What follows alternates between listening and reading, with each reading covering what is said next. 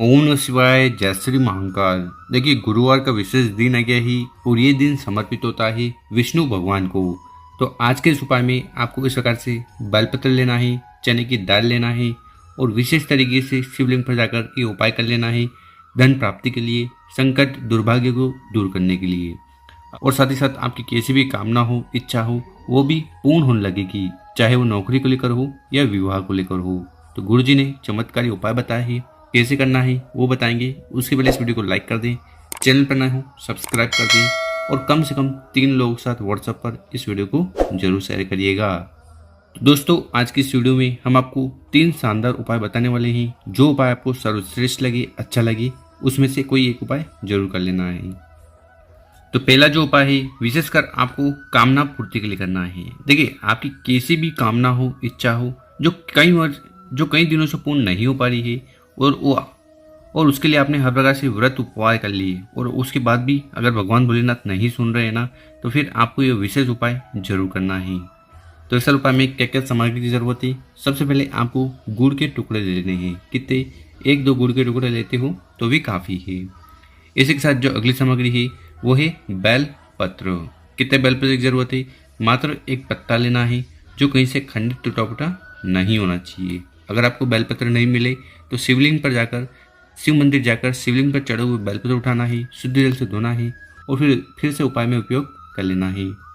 इसी के साथ जो अगली सामग्री है वो है चने की दाल। कितने चने की दाल लेनी है?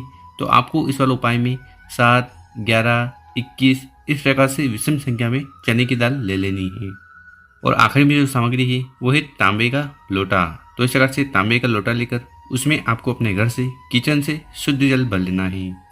देखिए, यहाँ से जल भरकर शिवलिंग पर जाकर समर्पित करने से आपके घर के तीनों दोष समाप्त होते हैं, कालसर्प दोष, वास्तु दोष और पितृ दोष। तो इस प्रकार से जल का लोटा तैयार कर लेना। और फिर आगे बताई गई जितनी भी सामग्री है उनको लेकर महादेव जी के मंदिर चले जाना। सुबह शाम इस उपाय को आप कर सकते हो और मंदिर में पहुंचकर आपका चेहरा उत्तर दिशा की तरफ होना चाहिए। देखिए, शिवलिंग के ऊपर अगर आप बेलपत्र को उपाय करते हो ना, तो इससे आपकी हर प्रकार की कामना इच्छा पूर्ण होने लगती है। ठीक है, उसी प्रकार से गुड़ का उपाय करते हो ना, तो इससे आपके जीवन के सारे अंधकार समाप्त होते हैं, तेज की वृद्धि होती है और आलस से दूर होता है। और शिवलिंग के ऊपर अगर आप चने की दाल को समर्पित करते हो ना, तो ये स्वर्ण के बराबर है। कहने का मतलब है कि अगर आप शिवलिंग के ऊपर सोना समर्पित नहीं कर पा रहे हैं तो मात्र चने की दाल को समर्पित कर देना चाहिए। तो इस उपाय में आपको करना क्या है? सबसे पहले उन गुड़ के टुकड़े को उठाना है, जल की लोटे में डाल देना है। उसके बाद जो चने की दाल है, ठीक है, उन चने की दाल पर थोड़ा सा आपको ये गुड़ वाला जल छिड़क देना है। ठीक, उसके बाद उन चने की दाल को उठाना है, अपने हाथ में रखना है और आपकी जो भी कामना हो, इच्छा हो, जो आप चाहते हो कि पूर्ण हो जाए, चाहे वो आर्थिक समस्या हो, किसी और प्रकार की समस्या हो, तो उसके लिए प्रार्थना करते हुए सभी चने की दाल को शिवलिंग के ऊपर चढ़ा देना है। ठीक, उसके बाद जो बेलपत्र है उसको उठाना है और आपकी जो इस अटकी हुई कामना है, ठीक है, चाहे वो व्यापार को लेकर हो, नौकरी को लेकर हो, घर में सुख शांति को लेकर, धन प्राप्ति को लेकर हो, उसके लिए प्रार्थना करते हुए उस बेलपत्र को शिवलिंग के ऊपर उल्टा समर्पित कर देना है। तो जो चिकना वाला भाग है वो शिवलिंग से स्पर्श होना चाहिए। डंडी होगी जलाधारी तरफ, बड़ी पत्ती होगी आपकी तरफ। और आखिरी में जो तांबे का लोटा है उस तांबे के लोटे को उठाना है और धीरे धीरे कर पूरा जल शिवलिंग के ऊपर समर्पित कर देना है। ओम नमः शिवाय श्री शानोस्तुभ्यम मंत्र का जाप करते हुए। उसके बाद आपको शिवलिंग के पास बैठकर भगवान भोलेनाथ से आपकी सारी कामना इच्छा पूर्ण हो जाए और रोग पीड़ा समस्या समाप्त हो जाए, उसके लिए प्रार्थना निवेदन कर लेना है। तो गुरु जी द्वारा बताया गया पहला वाला विशेष उपाय ही जरूर करिएगा। अब जानते हैं गुरु जी द्वारा बताया गया दूसरा उपाय। विशेषकर ये उपाय करने से आपके जीवन में जो दुख परेशानी समस्या चल रही है ना, वो समाप्त होने लगेगी।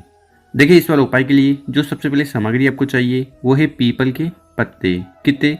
5 पीपल के पत्ते लेने हैं और 5 पीपल के पत्ते स्वस्थ होने चाहिए, हेल्दी होने चाहिए, क्योंकि बहुत सारे जो पीपल के पत्ते होते हैं ना वो खंडित होते हैं। ऐसे पीपल के पत्ते आपको नहीं लेने हैं।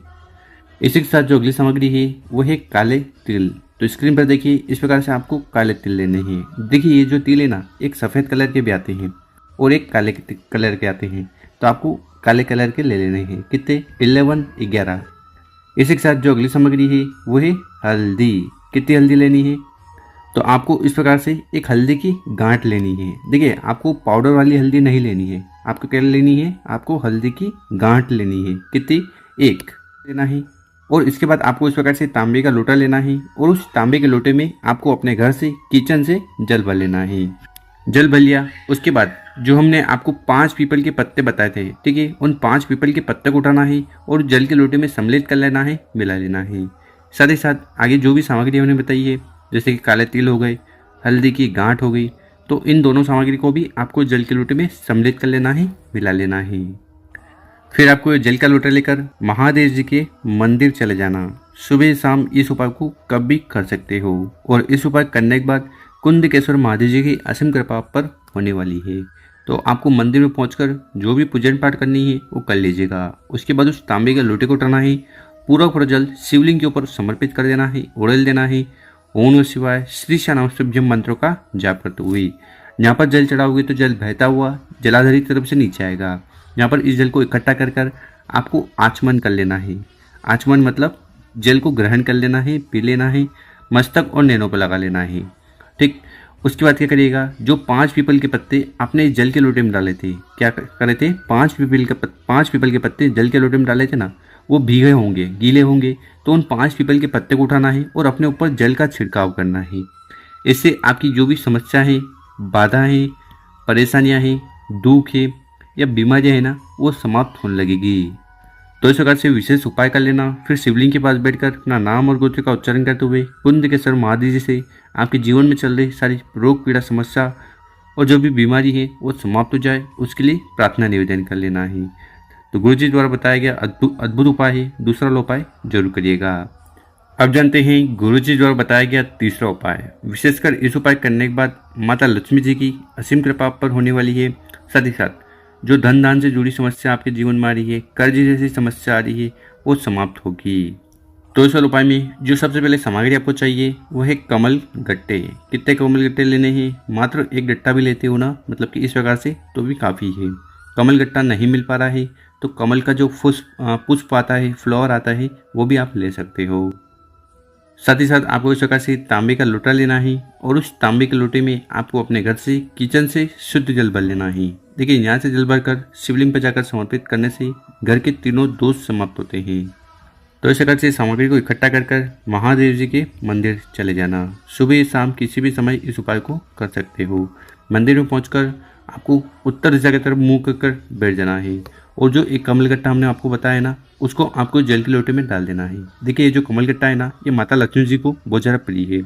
तो इस प्रकार से आपको कमल गट्टे वाला जल तैयार कर लेना है और उसके बाद उस जल के लोटे को उठाना है और पूरा जल शिवलिंग के ऊपर उड़ेल देना है, पंचाक्षर षडाक्षर मंत्रों का स्मरण करते हुए, और उस कमल गट्टे को भी शिवलिंग के ऊपर चढ़ा देना।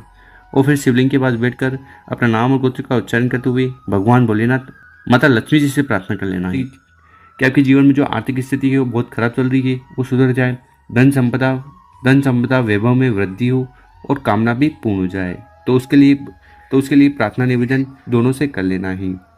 तो गुरु जी द्वारा बताया गया बहुत ही अचूक और विशिष्ट उपाय है। तीनों उपाय में से जो उपाय आपको सर्वश्रेष्ठ लगे, अच्छा लगे, जरूर करिएगा। मेरे प्यारे दोस्तों, वीडियो अच्छा लगी हो 5 लोगों के साथ व्हाट्सएप पर इस वीडियो को जरूर शेयर करें। ओम नमः शिवाय, जय श्री महाकाल। मिलते हैं हम आपसे एक और नए वीडियो में।